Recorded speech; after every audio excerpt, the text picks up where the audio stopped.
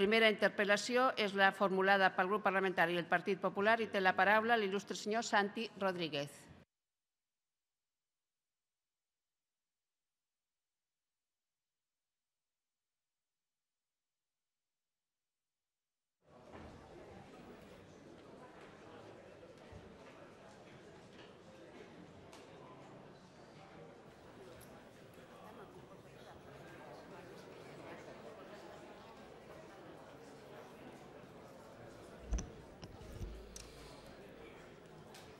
Gràcies, senyora presidenta, senyores i senyors diputats, honorable conseller.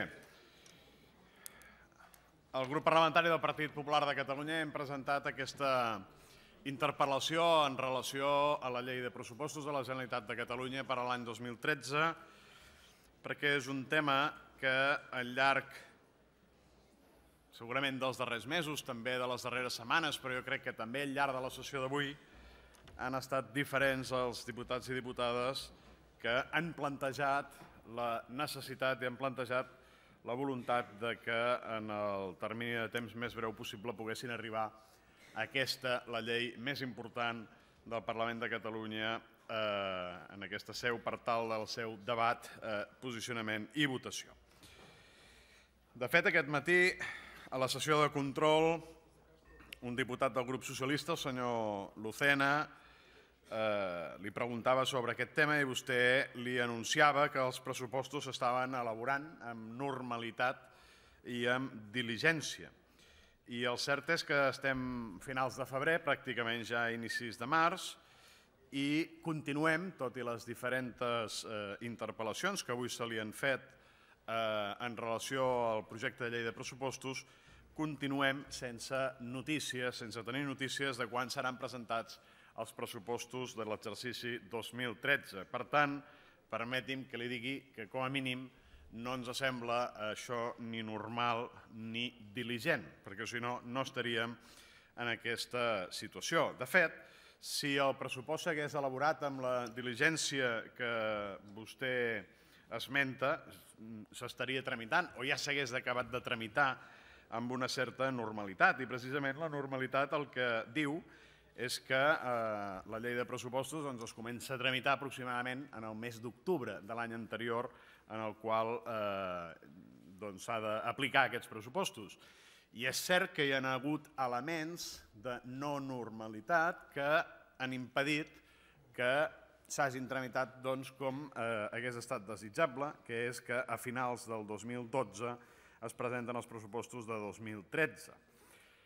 De fet, i parlant de normalitat, segurament aquest és el primer ple després de 7 mesos de normalitat.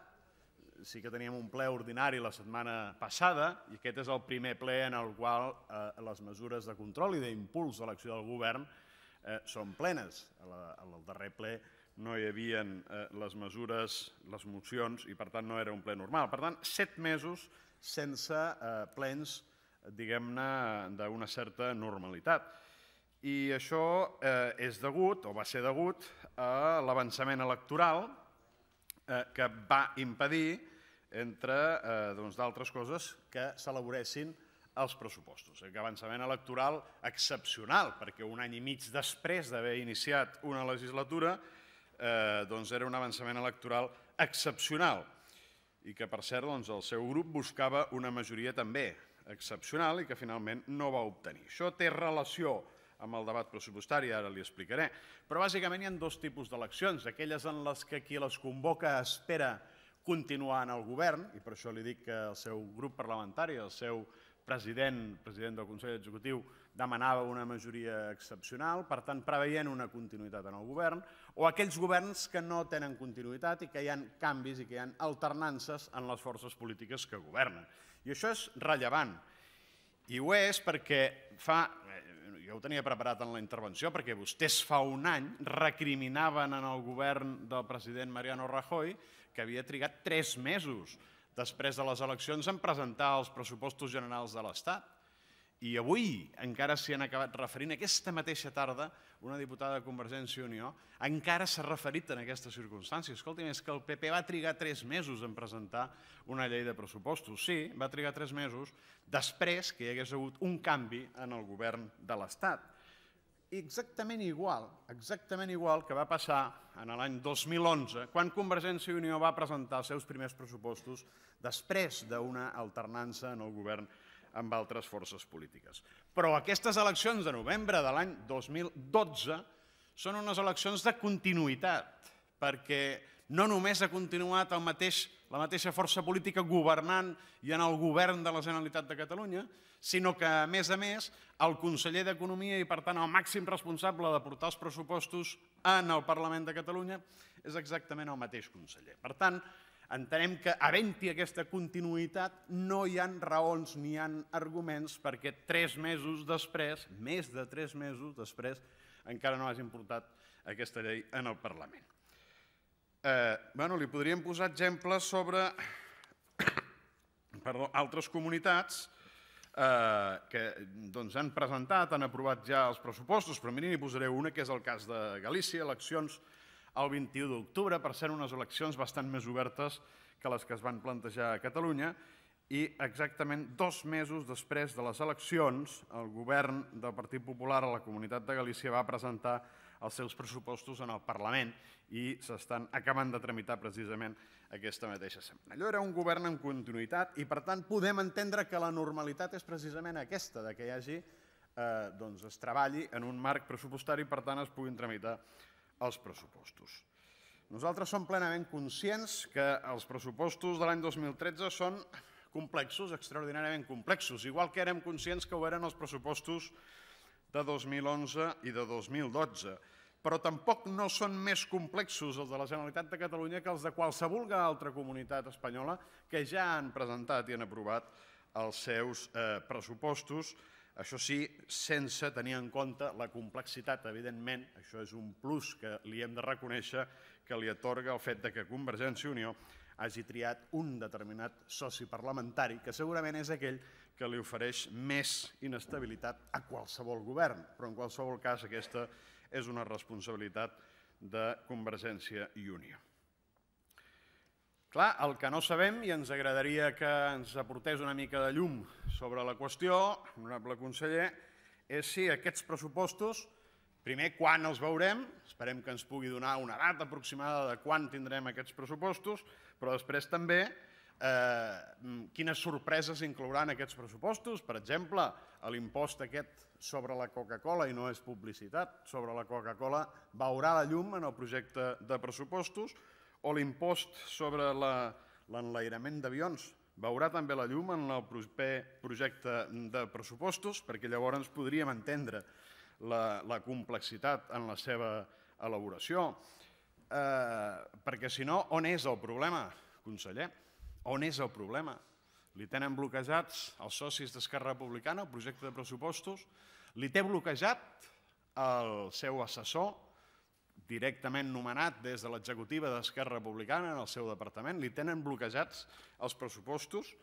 Vostè, conseller, segurament en la seva intervenció ens parlarà d'una cosa que jo he intentat no citar-li fins al moment, que és important, evidentment, i que vostè segur que me'n parlarà, que són dels objectius de dèficit i de la possibilitat que canviïn aquests objectius de dèficit i, per tant, de la seva influència en els pressupostos. Però miri, jo li vull recordar els pressupostos no gaire llunyans, els de l'exercici 2012, que es van debatre en el Parlament i el mateix dia que s'aprovaven aquells pressupostos es tenien que anunciar modificacions dels pressupostos perquè havien canviat les condicions macroeconòmiques i la presentació del govern de l'Estat dels pressupostos per l'exercici 2013 significaven una necessària modificació d'aquells pressupostos que s'aprovaven en aquesta cambra. Per tant, el fet que hi hagin d'haver modificacions, honorable conseller, ho entenem. I en aquest sentit, si hi hagués aquest canvi tan desitjat i tan esperat d'objectius de dèficit, escolti'm, no passaria res si s'hagués de tramitar una modificació dels mateixos. Clar, s'imagina vostè que en les actuals circumstàncies el govern d'Espanya li digués a la Comissió Europea: mirin, com s'estan repensant si ens prorroguen el termini de compliment dels objectius de dèficit, saben què? No farem els pressupostos i esperarem que vostès ens diguin si podem allargar els pressupostos de dèficit. Escolti'm, què ens dirien a Europa? Què ens dirien? Jo crec que vostè ho sap perfectament, que aquest no és precisament un plantejament seriós en relació als nostres socis europeus. I vostè moltes vegades ha esmentat aquesta particular circumstància. Per tant, creiem que és important, creiem que seria extraordinàriament important que fem una mica de llum sobre les possibilitats que tenim en el Parlament de Catalunya de tramitar el projecte més important d'un exercici. Primera circumstància. Segona, i acabo immediatament, sí que li voldríem preguntar per una circumstància que ens va estranyar i que vam fer constar en la constitució de la Comissió d'Economia, i és que el seu president, jo no sé si perquè se li va escapar o perquè realment ho pensava així, va dir que aquesta Comissió d'Economia veuria 2 pressupostos i per tant no sabem si això significava que ja ens estava avançant un possible acabament de la legislatura o no acabem de la legislatura. En tot cas, en la propera torn tindrem ocasió d'aprofundir una mica més en la qüestió. Gràcies, senyora presidenta.